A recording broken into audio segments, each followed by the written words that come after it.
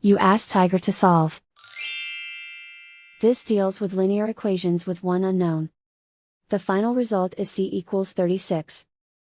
Let's solve it step by step. Group all constants on the right side of the equation. Add 5 to both sides. Simplify the arithmetic.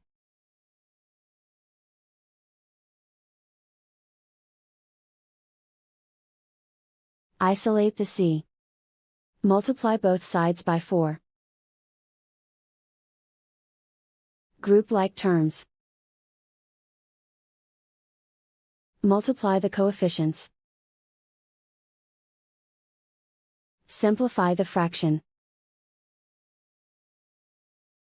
Simplify the arithmetic. And so the final result is c equals 36.